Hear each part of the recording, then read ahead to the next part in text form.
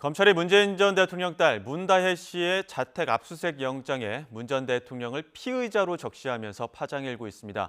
소환 조사가 불가피하다는 관측도 나오는데요. 자세한 내용 손정혜 변호사와 알아보겠습니다. 어서 오십시오. 안녕하세요. 앞서 리포트로 잠시 짚어보긴 했습니다만 일단 문재인 전 대통령 어떤 혐의가 적용된 겁니까? 네, 뇌물죄가 적용되어 있습니다. 뇌물죄라는 것은 공무원이 그 직무와 관련해서 이제 부정한 어떤 청탁을 받거나 대가 관계에 있는 여러 가지 이제 부정한 행위의 대가로 이제 금전이나 여러 가지 무형의 이익을 받았을 때 성립하는 범죄인데요.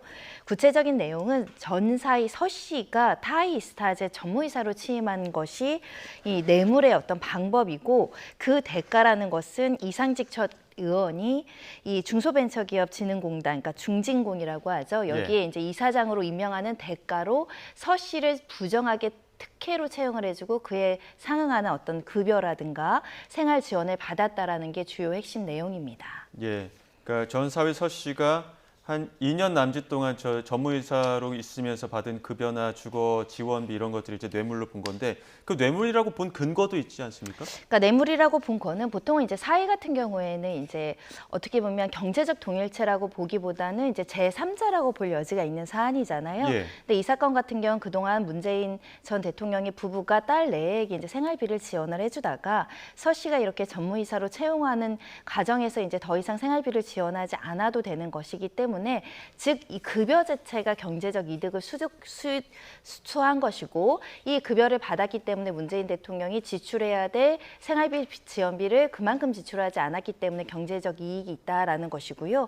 그 대가 광고는 이 중소벤처기업진흥공단의 이사장으로 이상직 전 의원이 임명되는데 모종의 일정한 채용 특혜 의혹이 있었다 이런 근거를 제시하는 건데요.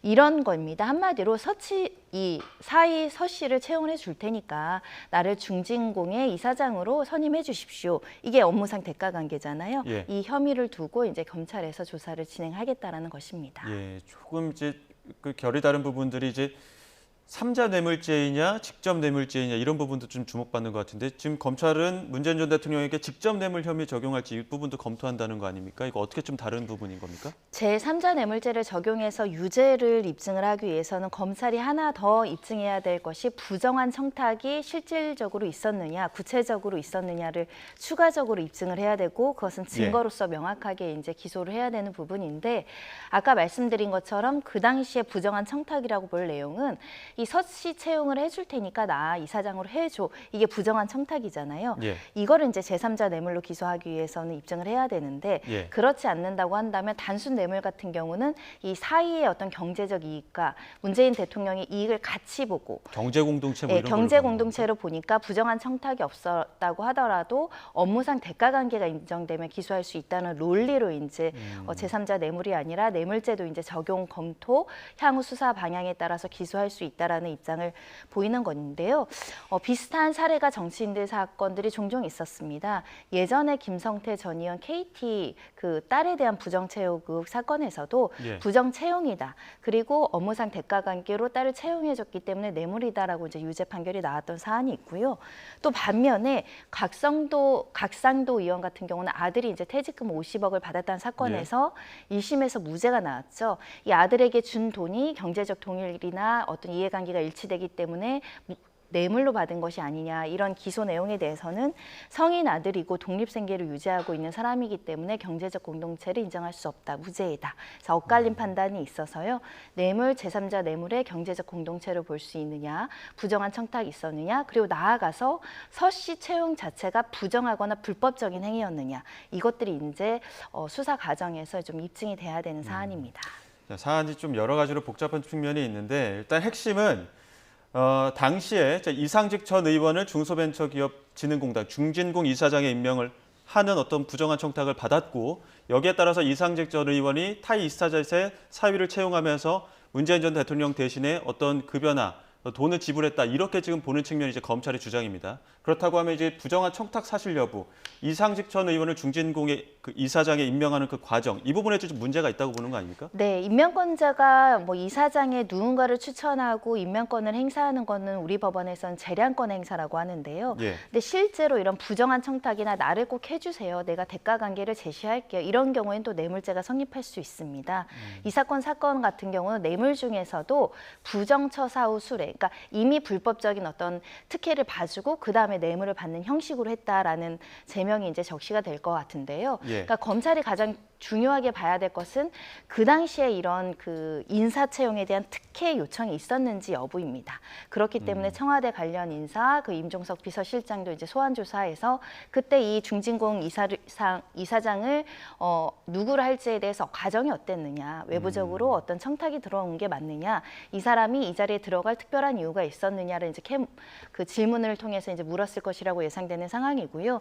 이 자체가 합법적이거나 부당한 외압이나 청탁이 없었다고 한다면 논리 구조는 깨지는 것이겠죠. 예. 중진군 이사장 자체에 문제가 없는데 그거를 받으려고 뇌물을 줬다는 것이 성립하기가 어렵잖아요. 그래서 여러 관문으로 검찰에서 인과관계를 하나하나 입증해 나가야 되는 사건입니다. 예, 그런 과정에서 그 손자 태블릿 PC 압수두고 그 검찰과 민주당 측 의원들이 신경전 있었는데 이거 어떤 이야기가 오간 거죠? 일단은 윤건영 의원 같은 경우는 검찰이 무리하게 수사를 하고 있다. 심지어는 압수수색 과정에서 가져간 태블릿 PC 중에는 손자가 왜 뭐 요즘에 학습 동영상도 보고 아이들 쓰는 용도로 쓰는 것까지 가져갔다, 부당하다 이런 주장을 예. 하는 것이고, 전주기자에서는 우리가 2대의 아이패드를 압수했는데 그중에 그 손자가 쓰는 태블릿은 아니고 다른 것이고, 그 다른 것을 왜 압수를 했냐면 문다혜 씨의 이메일 등이 저장되어 있었기 때문에 수사의 필요성에 의해서 압수수색을 했던 것뿐이다. 이게 좀 다른 주장을 하고 있는 건데요. 그러니까 수사의 필요성이 인정된다고 하더라도 손자 것까지 가져가는 건 과잉하다라고 볼 수 있잖아요. 예. 아이들이 범죄에 연루될 가능성은 없으니까요. 초등학생이. 그렇기 때문에 검찰에서는 초등학생 거 가져간 거 아니다, 윤건영 의원 측에는 너무 과잉 수사 아니냐, 이렇게 서로 공방하고 있는 실정입니다. 예, 그 압수수색 하루 만에 그 문재인 전 대통령의 딸 다혜 씨의 SNS 글이 또 여러 가지 이야기 해석을 낳고 있는데 그 이야기를 좀 보겠습니다. 지금 나오는 이 그래픽에 있는 글인데 개구리가 되어보면 그 돌을 누가 던졌을까? 왜 하필 내가 맞았을까? 이렇게 되풀이하게 된다. 그러니까 어떻게 보면 자신을 돌맞은 개구리에 빗댄 거 아니냐 이런 해석들인데 어떻게 좀 읽어봐야 되는 겁니까? 정치적인 어떤 수사에 자신이 희생양이 됐다. 정치권의 싸움에 있어서 나는 잘못 없이 이렇게 개구리 된 신세가 있기 때문에 억울하다는 취지로 쓴 게 아닐까 생각합니다. 네. 내용 자체는 뭐 드라마의 어떤 대사를 인용했다고 하는데, 무심코 누군가라도 돌을 던지는데 그 약자가 맞을 수 있다라는 우리 그 내용도 있잖아요. 무심코 던진 돌에 개구리가 맞을 수 있다는 그 내용을 토대로 자신이 지금 부당하게 압수수색을 당하고 피의자로 적시돼서 뇌물수수의 공범으로 이제 몰리게 됐다라는 심정을 외부적으로 표출을 하면서 정치권에서도 우호적인 문재인 전 대통령을 지지하는 세력들에게도 메시지를 전달하고자 하지 않았을까 생각합니다. 예, 법조계에서는 결국에는 문재인 전 대통령 그 소환 조사도 불가피할 것이다 이런 해석도 나오고 있는데 어떻게 좀 읽어볼까요? 근데 현재로선 소환 조사의 필요성이나 당위성을 말씀드리기 어려운 게, 아까 말씀드린 것처럼 그 이스타 젯의 전무이사로 한 것 자체가 부정한 특혜 채용이냐를 밝혀야 되고, 그 전에 중진공 이사장을 채용하는데도 특혜나 부당한 어떤 인사권의 행사가 있었느냐를 밝히고, 예. 그 다음에 또 부정한 청탁이 있었는지 단계별로 가야 돼서 예. 어느 정도 수사의 필요성이 높아졌다, 관계자 진술이나 일부 증거로도 근데 부정한 무엇인가 있었다 그러면 소환 조사는 불가피하겠죠. 근데 그런 내용들이 전혀 없이 그냥 확인차 부르는 것은 또 전직 대통령에 대한 여러 가지 이제 형평이나 수사 예우 이런 것들을 고려했을 때 민감하다고 볼 여지가 있기 때문에 예. 결국은 이 피의자로는 적시되어 있지만 유죄로 입증할 만한 핵심적인 사실관계를 하나하나 다 마련해 놓고 소환을 예. 하느냐 아니냐, 아니면 입장 차원에서 예전에 썼던 방식대로 서면 조사에 그칠 것이냐 좀 지켜봐야 될 것 같습니다. 예, 자 주제를 좀 바꿔서 이 부분도 짚어보겠습니다. 그 김건희 여사 그 명품가원 수수 의혹 지금 막바지에 달하고 있는데 수사심의위 앞두고 있죠?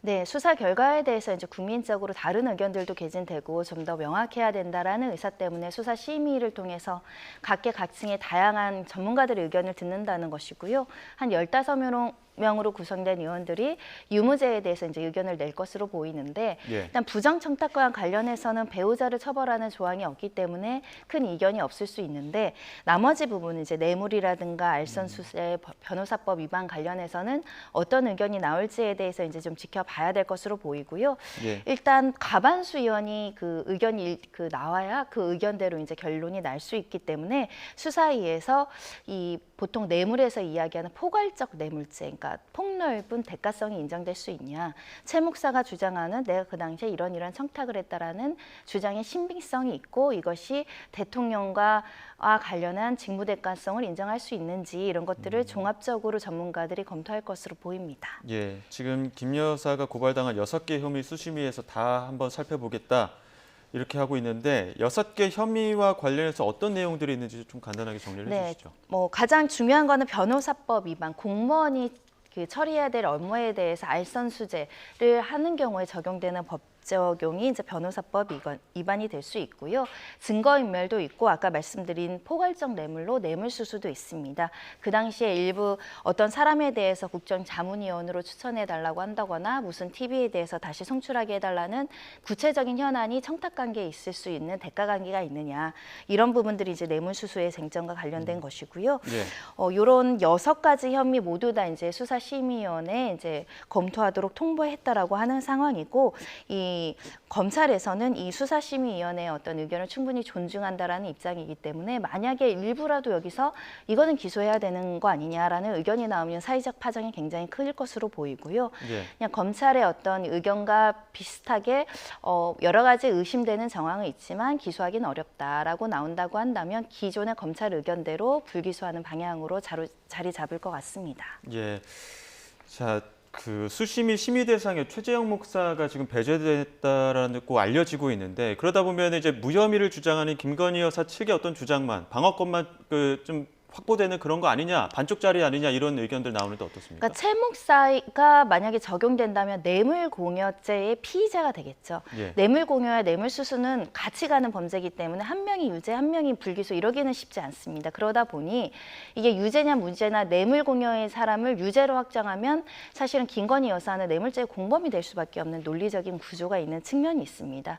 다만 이제 이 김건희 여사에 대한 사회적 지위나 여러 가지 정치권의 논란 때문에 수사 심의 대상 은 김건희 여사에 한정되는 건데 같이 평가한다라고 보시면 될 것 같습니다. 뇌물수수가 유죄면 뇌물공여를 한 사람도 유죄로 가는 예. 것이니까요. 예. 다만 최 목사가 주장하는 구체적인 현안에 대한 청탁에 대한 증거가 있냐, 신빙성이 있느냐, 실제로 대가관계로 볼 여지가 있느냐가 같이 종합적으로 판단될 것입니다. 예, 마지막으로 뭐 법리적으로 해석할 문제는 아니지만 그 심우정 검찰총장 후보자 청문회 예정돼 있지 않습니까? 이 부분과 관련해서도 지금 김건희 여사 오빠와 또 고등학교 동문으로 알려졌는데 지명 배경 두고 의혹이 있거든요.